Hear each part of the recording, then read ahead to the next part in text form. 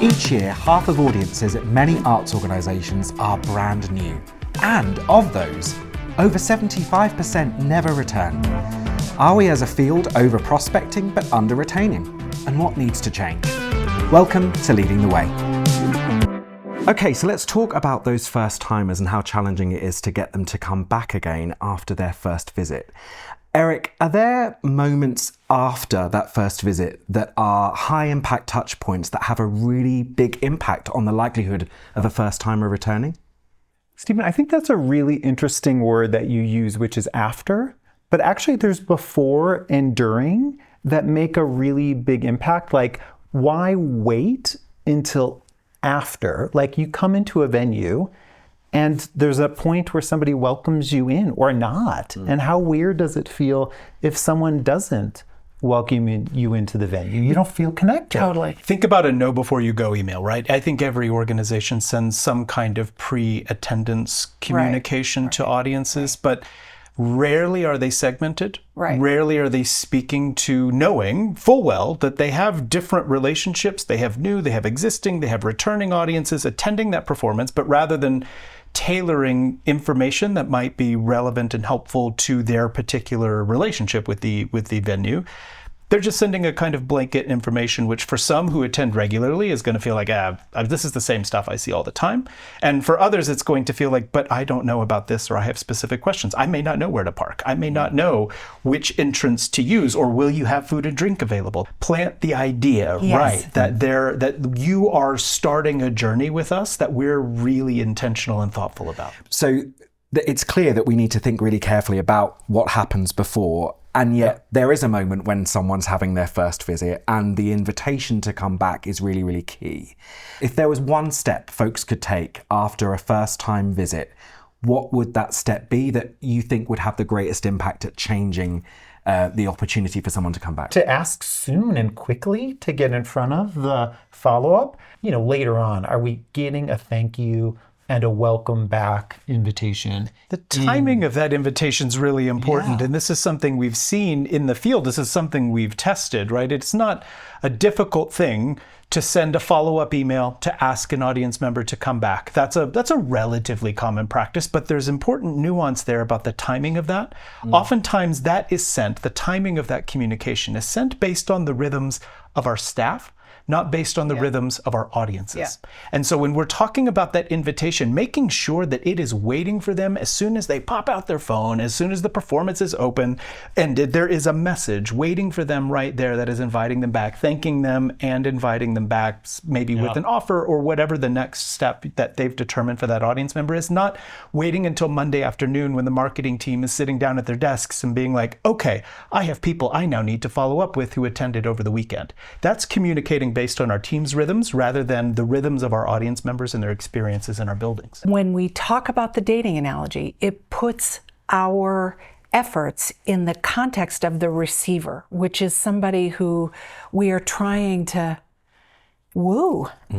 And so you asked the question about the next step after, but it's all of the prep for the date that matters as much.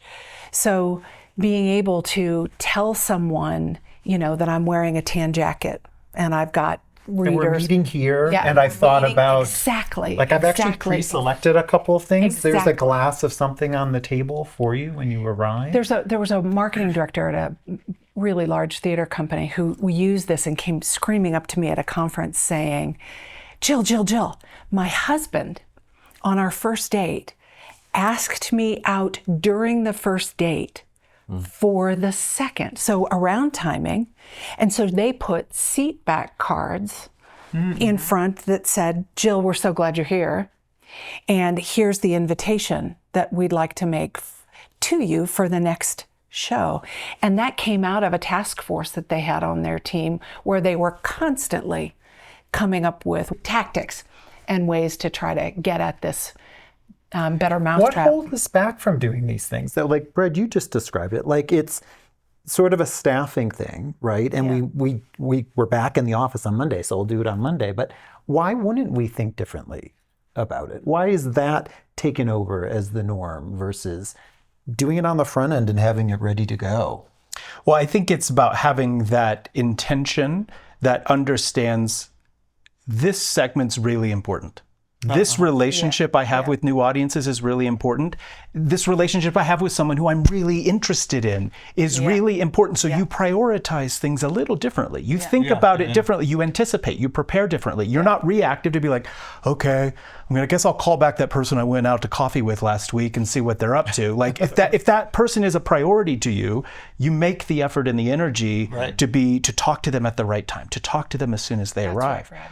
One of my favorite stories is at a client who has implemented this practice, and I was attending for the first time as a citizen, as a normal person, not as a consultant who's working with not theater. Brad Carlin coming to the show. Just Brad Carlin, theater lover, and Brad Carlin, theater lover, brought his daughter with him to see a show at a client's theater, and so in their system, I was showing up as a first-time ticket buyer, and we arrived for the performance, and we had the seatback note. It blew my daughter's mind. She looked at it, she's like, "Dad, they know who you are." Right? And it was really fascinating. The family in front of us got one too. They looked at it and they passed it down, and everybody in the group was like, "This is so cool." It's a very simple gesture that can start to create those really lasting impressions that allow us to at least reduce the friction of a potential return visit. The great thing is for our sector is that it's not happening all the time.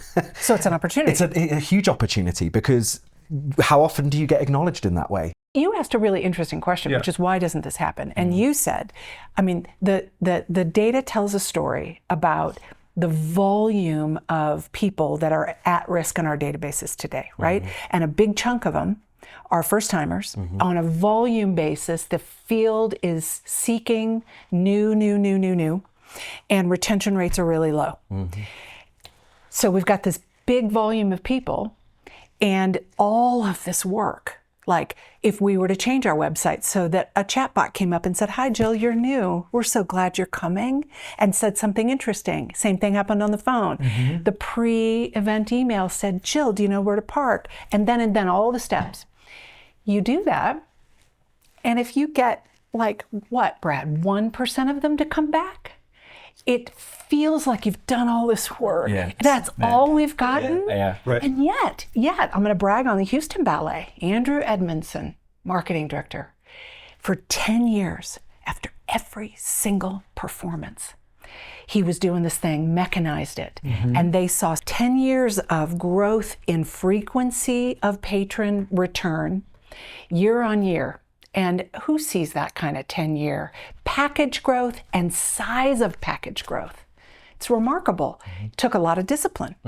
Discipline is the thing. I actually think about Belgrade Theatre in Coventry, who have had the discipline of the follow-up immediately after that. The postcard, the email, the tactics that still, direct mail still, yes, absolutely. Because how often do you get something through the mail that's for you, that's not a bill or a demand? And their first-timer retention has increased by 10% to like 65%. And that is well below that average. Well, to go back to the dating analogy, it's not just a moment in time. Relationships grow because we put time and effort into building them. So in both of these examples, neither one of these were just one thing that got them there. Andrew didn't just send out one email immediately after. Event on event, year on year. And people see that, and then they start feeling more comfortable and want to come again, and that connection starts to bloom. And you do have to feel success. It's an interesting point, because actually there are moments when you look back and go, well, 3 first-timers came back again, and it doesn't feel successful. But that's the ROI. That's the challenge we run into around how to ROI this, right? And which is ultimately, that's ultimately why there is hesitancy in implementation, is because full days, full plates within organizations, and they're saying, how can I ROI the time on this particular piece of work that you're asking me to do? And this is where maybe it's another analogy of how do we think about the fitness coach or the dietitian who's helping you eat better. And it's not that I had a salad today at lunch, and so therefore the ROI on my salad tomorrow in my health tomorrow, done, worth it. It was worth the salad yesterday. No, the discipline around those practices changes the ROI horizon into something completely different that's not about this week, that's not even about this season, but that is about the decade of good discipline and good practice over time that generates some of those results. So we all at this table are working with clients, all of us. and we see the fatigue. Like, what are you saying to clients right now who say, I don't have the time and I don't have the money? What do you say? The question to be able to raise, this is where transparency and collaboration with your colleagues to say, hey, I need to move something off my plate at this moment in time. And we are not good as a sector of saying that because we want to do everything. We feel in the arts we should do everything. That's really hard to say to your leader who you feel often most of the time you're disappointing 80% of the time. Anyway. So I think some of this also is about leaders giving permission and ensuring that they're clear about where their focus would be. That's a big step. I think there's time to be found within our teams and within our structures that doesn't have to come from an external source, that doesn't have to come from the implementation of technology. There are apps, there are tools, there are capabilities within CRMs. So to tell a client, explore your options around automation that exist. Now there's loads of automation. Yes, requires some learning. It's going to require some time to learn these new things. But we often have untapped capacity within really important roles within our organization, namely the box office. Our frontline staff, the job description or the job requirements don't exist. They aren't the same from 1995 or 2000 in terms of the volume of inbound, right? Inbound communications, people walking up into the box office or people picking up the phone and needing to call, that has become a much smaller role. And oftentimes those roles are reactive roles. And if they're not on the phone in that moment, there's untapped potential capacity there where if we restructure job titles, if we restructure positions to say, I have a person who has time, who has skills that maybe I need to develop, but I can steer those skills and that energy to another part of the business that's going to free up or add to the capabilities that I don't currently have. If you're an organization watching this and you are not focusing anything on first-timer retention right now, what are the two things that you must start doing from tomorrow that will impact this 75% figure? Well, dating analogy, we've got to know who they are so that we can invite them back. And we cannot only do that on email. Like, we cannot only use email because it's cheap and cheerful. It's got to be digital. It's got to be direct mail, and it's got to be curated, right? I mean, Brad, by name, I'd like to invite you back to something else quickly. That feels to me as important as anything. I'm looking at Brad because we just were talking about the data. I mean, to get somebody to come back within 18 months. You're breaking the mold, right? You are an outlier if you're coming back that often. Now, that doesn't mean we don't think about the timing of our invitations, right? I may still ask you for that date, but life may mean that I can't see you for that amount of time, but that doesn't mean I'm waiting until that to get that commitment from you about when I'm going to see you next. We'll keep asking. We'll keep asking. And that's, I think, the important thing in terms of the tactical stuff is thinking about your rapid response and then to think about your follow-up. The rapid response, how close can you get that to the moment that that curtain comes down for that invitation for the second date to take place? And to already have it planned when the follow-up is going to take place, ideally through another channel, right? So that it isn't all email, so that I know I'm going to rapid response in email right away. And when 99% don't respond, I already know what the next step is going to be when it's happening and through a different channel. We have data that tells us we've got a pretty tight window to get them back if we're going to get them back, to get them to say yes, not necessarily when that event is going to be. We've got about 6 months after their first attendance in order to have any real shot to get them back. After that, the response rates get really flat. So we have a window that we need to be thinking actively in that time. How am I making those invitations? What channels and how frequently? I want to add something that I think gets to this point about before the visit, which is for you to gather your patron services team, your front of house team, and sit together and imagine the experience of a customer for the first time. Every touch point, every interaction, every experience, and how that can be optimized for that welcome and that first experience. We all know what it's like to visit a venue, a theater, or go to a restaurant, wherever it would be, and we know those rubs and friction points. So let's sit together and identify them and work through one by one about how we can make that experience a little bit better, a little bit more magic, that will hopefully help make that experience perfect. I love that. And it goes back to a conversation you and I had years ago with Fred Reichheld about the Net Promoter Score and system. And remember these episodes, that's what you're talking about. These episodes that may have friction points and how you ID them. I mean, I do think it's important to acknowledge what those biggest friction points are and then not to dwell on those that you can't fix. Right. Most people can't fix the toilets in the car parking in a reasonable amount of time or with the resources that they have. So don't dwell on those. And don't chuck the whole effort out the window because you're like, well, we can't fix our toilets or we have no control over our car parking. Expectations, right? I remember standing in a queue in a venue and there was just someone being entertaining while everyone queued up. Just make the experience not like you're being herded through, a cattle pen. Yes.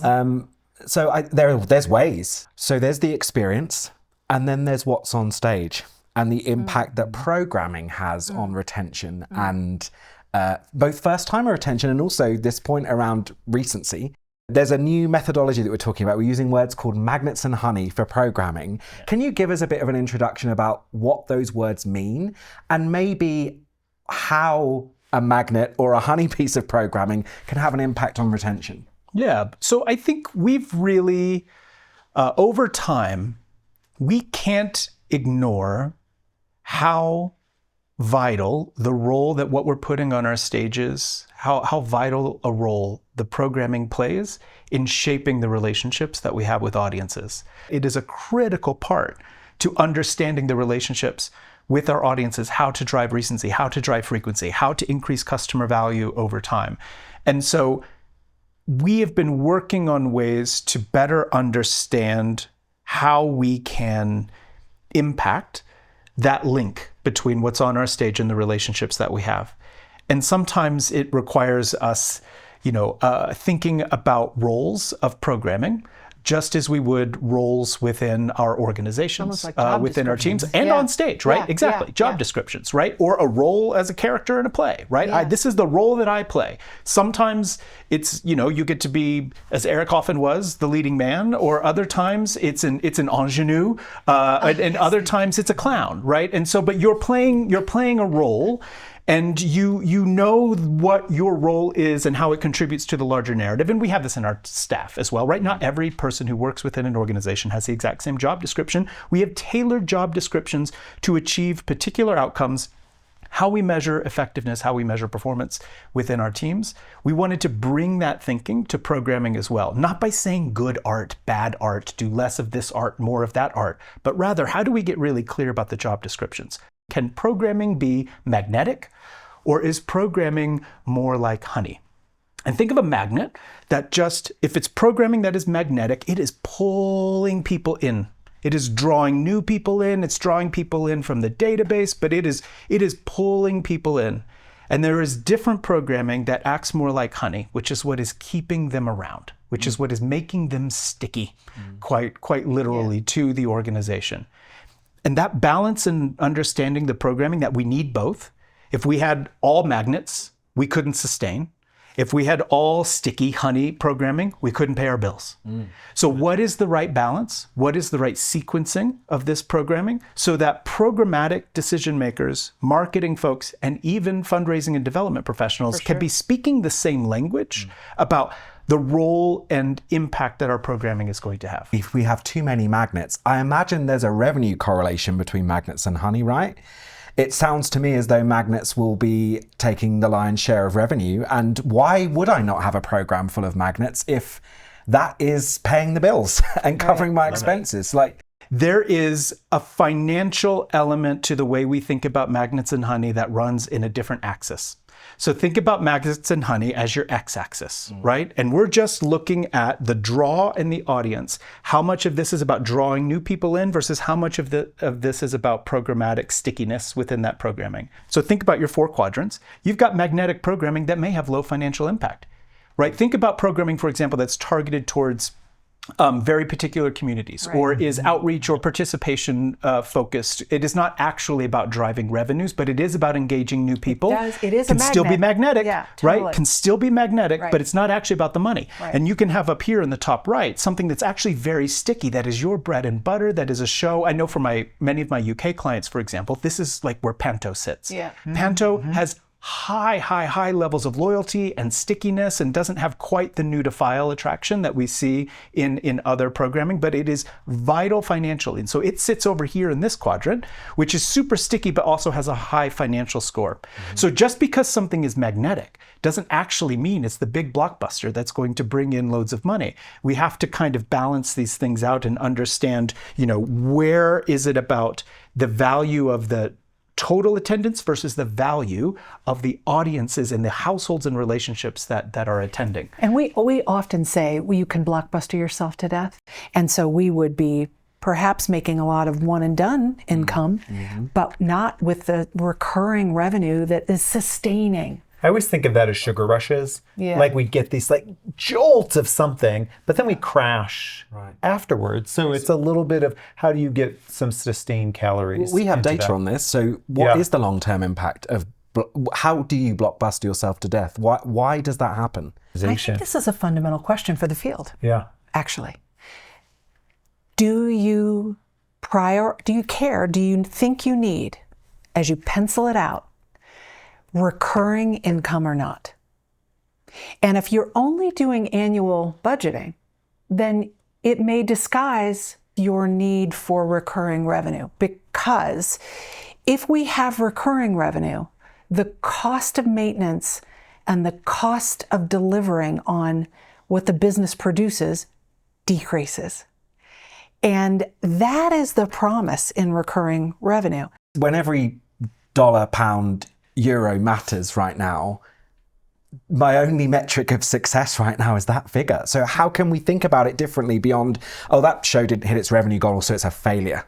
This gets to the job description element of this Magnets and Honey framework. There is, if we treat every show with having the same job description and therefore having the same metrics for performance evaluation, right, for success, then we're going to find ourselves in this situation where more honey-driven programming is being held to the same standard of sort of success or failure as more magnetic programming, which we know just demoralizes teams and makes us feel like we're failing on these shows, rather than understanding that the value of those shows, we have to look at their success differently. And it has to be about what relationships is it fueling and sustaining. When we study this kind of behavior, when we study these audiences that are attending magnetic shows versus honey shows and things in between, what we find in the honey shows are much higher proportions of donors, much higher proportions of members in the UK and in Canada, and much higher proportions of subscribers in the United States in particular. Those relationships, way more valuable. They are contributing far more to the bottom line of that organization on a per household basis than what they are doing to fill the number of seats or to pay that highest per cap on that particular show. So when we reposition to understand that the job description of honey programming is to actually fuel, to provide some sugar, we need some calories, to provide some sustenance to those relationships that are more valuable beyond did we get to 70% capacity sold or not, and if we didn't, it's a failure, is a really important distinction. It requires some balance to get at this intersectionality of patrons that we need to sustain the future of the field. We need the programming that is good for second dates, that's lower risk, lower cost. We need to create the opportunities throughout the year. If everything was only 4 things a year and they all needed to be a big blockbuster, there just isn't enough entry points or invitations for folks to get a little closer, learn a little more about what you do, get some interest in maybe what might be your more mission-oriented programming that the artistic team is really passionate about and is important, but oftentimes doesn't have the same kind of draw as more magnetic programming. How do we get the artistic teams on board here? Because this might to them sound a bit like programming by data. We have got to get artistic directors at the table in this conversation. At the beginning, today, artistic and executive leaders have to be partners in this. And I actually see more awareness of that on the artistic side than I did 20 years ago or 30 years ago, for sure. There's not a recipe here. There's not an algorithm about programming. This still, I'm sorry, and I'll plant my flag to say AI is not going to program our seasons. It is still going to take artistic professionals and artistic leaders to both create and curate the programming that is going to sustain our organizations and the relationships that we have. There is no magic kind of math here that we can bring. Isn't that wonderful? It's wonderful. And it is wonderful because that is the soul of the organizations that we work with. And yet, there can be strategy. There can be collaboration. There can be shared vocabulary across teams. And so that is where this framework and these job descriptions and this approach that we're talking about can be really impactful. Another strategy that impacts this, which is pricing. So, and I wonder about honey and magnets. The things that I've seen there is how we price those products differently too. And I'm wondering how price comes into play with retention, with the value proposition of these different types of programming, and even with how we can use price to incentivize return behavior. So lots of different parts here that require a strategic conversation that everyone gets very passionate about. I wonder first of all about how we price these different types of products and what decisions we make around that. What we've noticed is that let's just stick with more kind of honey-oriented programming at the moment, where organizations think about that programming as maybe not having the big, massive attendance and draw that more magnetic programming would have. And so therefore, there is an assumption then that, well, then I must price this down in order to give it a shot of trying to inject a little bit of magnetism into my lovely Colorado artisanal honey, right? That I've curated for my audiences. When in fact, when we study this, we're missing an opportunity to optimize revenue amongst really sticky, valuable patrons.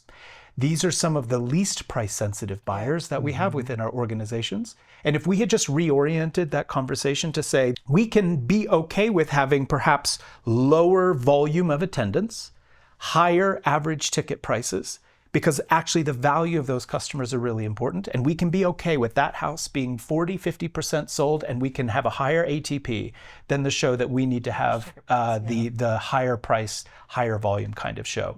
So oftentimes separating those conversations out, which are very emotional, is really challenging at first. But if we're all on the same page about the job description of that show, we can live with the fact that a honey show can have a higher average ticket price than even some of our magnetic shows. There's also tension in the field.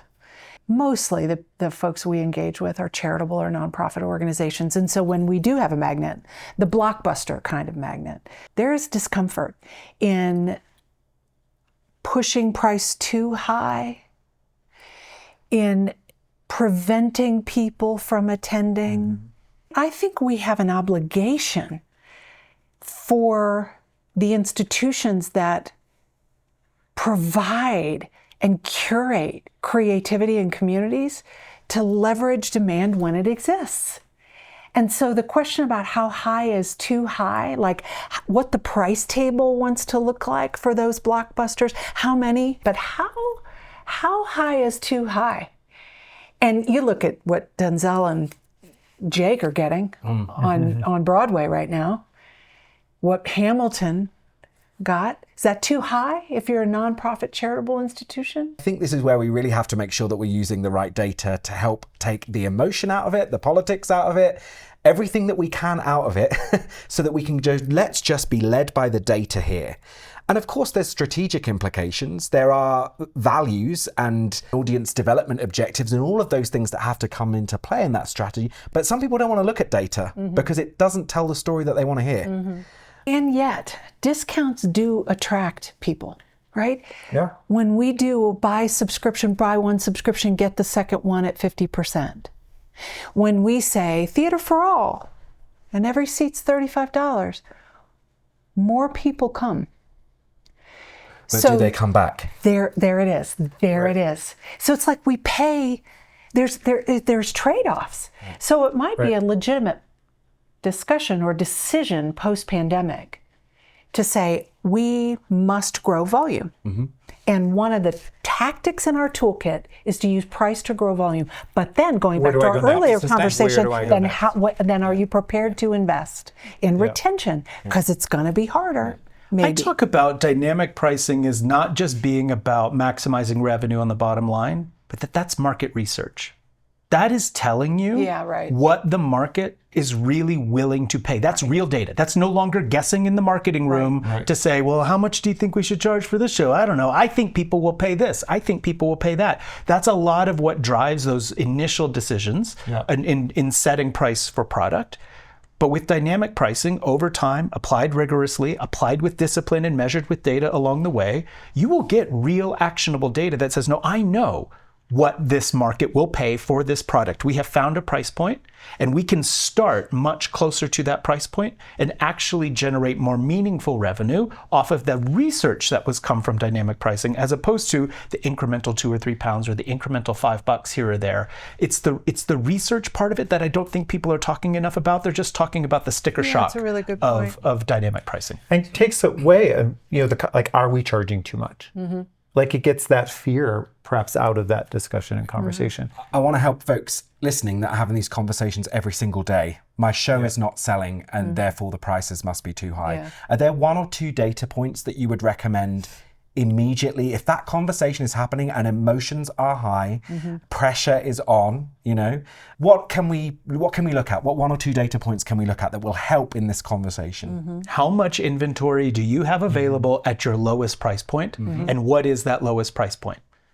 That is the best evidence I have seen to be able to walk clients off a ledge of mass discounting, which is to go, that's interesting. You still have 250 tickets for less than $30 available. Really? We think price is the issue on this show? Right. Right? There's one. And what's the sell-through rate at various price points? Are there places where you can see patterns or could tweak? We know often it's about how much we're investing in marketing. Invested in marketing. Yeah. And that's a trick. It's a really tricky wicket to get into a conversation, especially at the last minute. You could also look at the mix of your buyers, people who are brand new versus people who are already in your database. Right. Like, how are you seeing and attracting to honeys and magnets the people who have come back before? Are they ignoring it? Or is it really a bunch of first-timers? I do think this point around marketing investment is really important, because actually this makes a difference to honey and magnets too. And I wonder if there's a moment to just talk about cost of sale, the differences that could be for that, and how also that data point can be used for pricing. And you're right, it can't be a metric that can be measured at the end of the sales cycle, but it's something that we can look at both on aggregate, by segment, by production. So in general, a stickier honey show should have a lower cost of sale. The rationale there is that because it's honey, we're relying on existing audiences more, and existing audiences are less expensive to communicate to and to convert them into booking. More magnetic shows are more expensive. This is where we have to rely upon channels of media buy and advertising and spend that just require us reaching many, many, many more people so that we can attract and convert a smaller proportion of them. So that's where the higher, you can look at cost of sale in that way. But I want to underscore investment of not just money, but in time, because there can be really different amounts of time investment in the campaign activity around some of these shows on a honey show versus a magnet show. Give an example. Like, what are you Some of talking the about? easiest things marketing departments can do on a blockbuster show is just to buy advertising, right?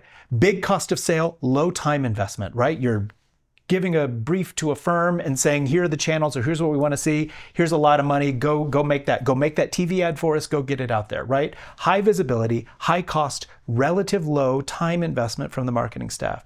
Meanwhile, communicating to our database effectively, strategically, at a segmented level can cost you pennies in money, but cost you days in time. And so we have to be thinking about how we're not just investing the money, but how are we investing the time relative to where we are in the campaign cycle, right? So this is often difficult when, again, circling it back to these job descriptions, when every show we approach as having the same job description, we find ourselves over-investing time or money in some shows that we shouldn't be, and under-investing in some other places. Walking away is one of the hardest things too. Like, if you have something that's a blockbuster that you've thought was a blockbuster, you budgeted for a blockbuster, maybe you've budgeted it's a blockbuster, and you've invested money, and you're watching pricing, and it is not going, and you just have to have the intestinal courage to go, okay. that Let it die. and let it go. And that requires leadership. Yeah. And that's another conversation. But sometimes we have to say, okay, we're moving on. Or we're taking for granted the success of another show in the season. And so I'm not spending time there. Oh, Yes. that one's Yes. fine. That Oh, one's gosh. totally fine. I'm not spending any time there. I'm putting sell all itself. my time When in fact, in the you've got one that's plenty really of inventory. struggling. Yes, right. And the Or honey, honest. Exactly. Yeah. And the ROI of your time and energy on that show that is struggling is diminished by not putting that same energy into the show where you could optimize the success of. And so it's not just being able to walk away. It's about actually being able to say, we did what we did. Now articulate it, right? Here was the plan. Here's what we tried. Right. Here were the efforts, and we're not able to build the demand that we thought, right? Let's not just give up on things. Let's make sure we're clear about what it is we're going to aim to do. But then we have to pivot to the thing that's successful. Yes. Yeah. Yeah. Okay, folks, it's time to play a game. We're going to play Save, Scrap, or Shape. Which will you do?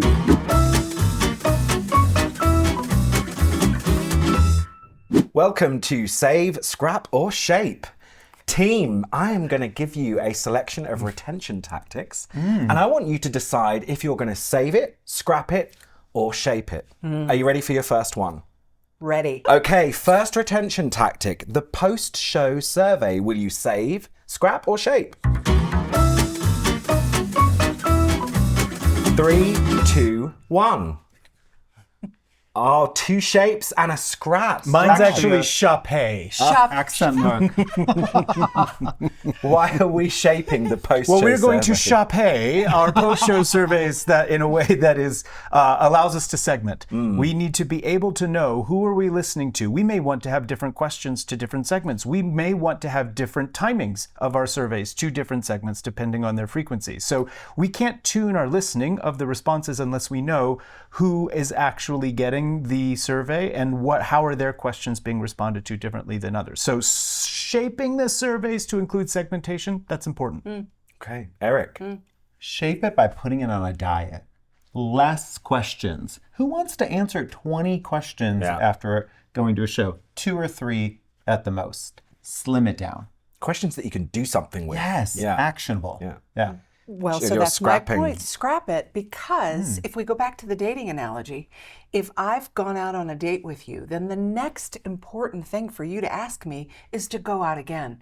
Not ask me survey questions, not ask me how I did on that date, but actually ask me out again. So I don't want a survey.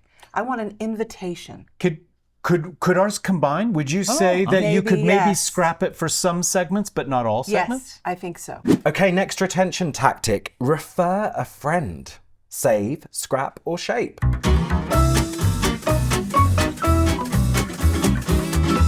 3, 2, 1.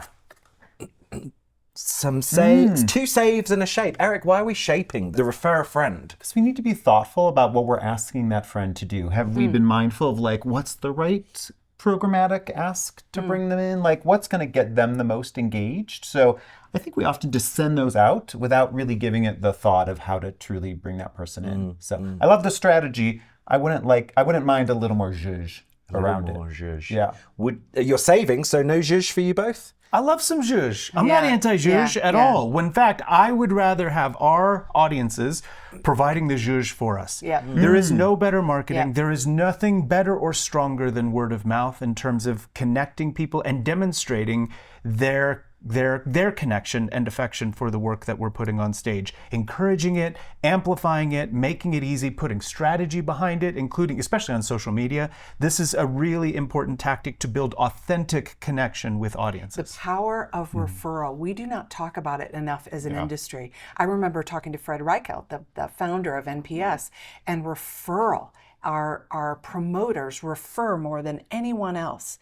And it's an engine for revenue, for brand, for all kinds of good things. Well, think about how many people actually bring someone with them at that event. Yeah. So rather than the referral Right. later, the referral in the moment by bringing them. This is what we could shape, Eric, actually. That's indeed. where the shape is. We call this ghost data, right? So there are people who are buying tickets and then bringing lots of people with them who we have no data or information on. If we had clever ways to shape the referral, because that's, in essence, it's a referral. I'm buying a ticket for me and my friends. Totally. They're coming along. If we could shape how we're collecting ghost data, we'd learn more about the people who are being referred to our organizations. I love referrals. I love that we're having this conversation. Okay, your next retention tactic, direct mail. Will you save, scrap, or shape? 3, 2, 1. We are 2 saves and a shape. So Eric, let's talk about the shape. I'm once again the shape in the middle. I like that. We can always get more effective in terms of the messaging we're putting on direct mail. Direct mail is awesome, by the way. And I love the research that says that Gen Zers and millennials are like, what is this thing in my mailbox? So let's lean into direct mail. But each piece needs to have a call to action, needs to motivate somebody to do something, and wants them to feel welcome. So need actually is the wrong word. It's, I want to feel connected through that. So do all of our pieces, do that work to drive action and make someone feel connected. Right. My save is much more like about a protester in the street. When kind of save the whales, save the trees, right? There is oftentimes this broad-based sentiment that it's all got to go. That direct mail is old, it's antiquated, it doesn't work, it's inexpensive, it's not ecologically friendly. Right. All of this isn't entirely true. It needs the nuance that you've described. So I think I was coming from a position of Totally. Of course it's about retention because we can only mail to people who are in our database for the most part. We would prefer to mail to people who are in our database, but there are other ways, right? We can utilize print, we can utilize direct communication in lots of other ways, but just save it. Don't throw it out.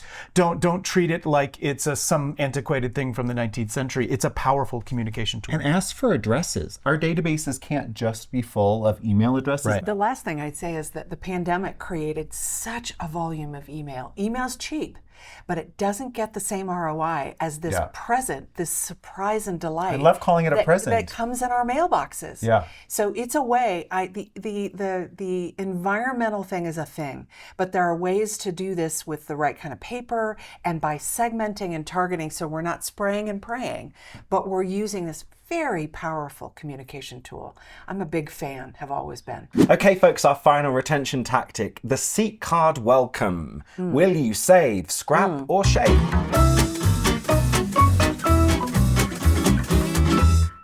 3, 2, 1. Okay, Brad, do you want to scrap? You want to scrap the seat card? No, not really. I think I'm being just a little provocative here. I want to scrap the way many organizations are doing this, where they think about it in one broad brush, that either it's only for new to file, or it always looks the same, or it always has the same message. What I want to scrap is, even if you're already implementing something that we feel really strongly about, to continue to reinvent and test, and to find different ways to elevate what we're leaving and how we're communicating with people. So what I want to get away from is what often becomes really a set it and forget it mentality of, okay, I got to do the seat cards, and it becomes drudgery and we put them out, right? Yeah. If it feels that way, scrap it. Find something new. Find something. Find a different segment. Find a different way to communicate, so that you're pushing yourself to not just get settled into one particular tactic. Reinvent the tactic. Make it happen. I love that. That's why I said shape. I don't mind the personalization of the paper. Like, I think there is a surprise and delight in that, but I think there's other technology that can be used. You could text me. You could have somebody come and say hello to me. Yeah. There are different ways to mechanize this and operationalize it, and I think testing and learning is the thing here.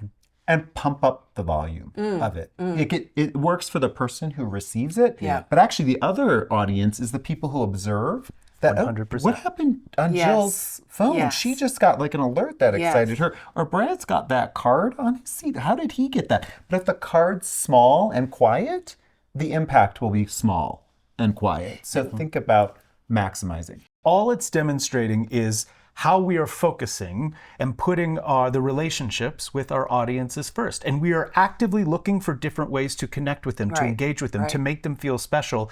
That's the thing we want to save. The exact tactic, right? The exact delivery mechanism, Doesn't matter. Thank you, team, for choosing what you will save, scrap, or shape. And we'd love to hear what you will save, scrap, or shape in your organizations. Thank you, folks, for the discussion around this retention, first-timer retentions. Though I've got one question for you and you've got 10 seconds to answer it. So you've got to keep it brief. I don't think I can. No, I know. Should we start with Brad? What is your favorite second date strategy to convert first-time buyers into repeat attendees? Jill. In the event, doing something special pointed at me that invites me back before I leave the venue. Eric. That next morning to get a lovely email thanking me for coming and just recharging that halo I felt the night before. Brad.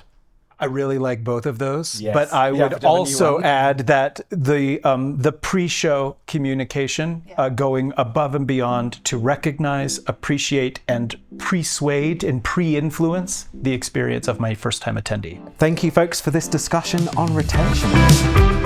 That's all for this episode of Leading the Way, brought to you by TRG Arts. Thanks for listening and for believing that insightful, bold, and data-driven leadership is essential to a more resilient future for the arts and cultural sector.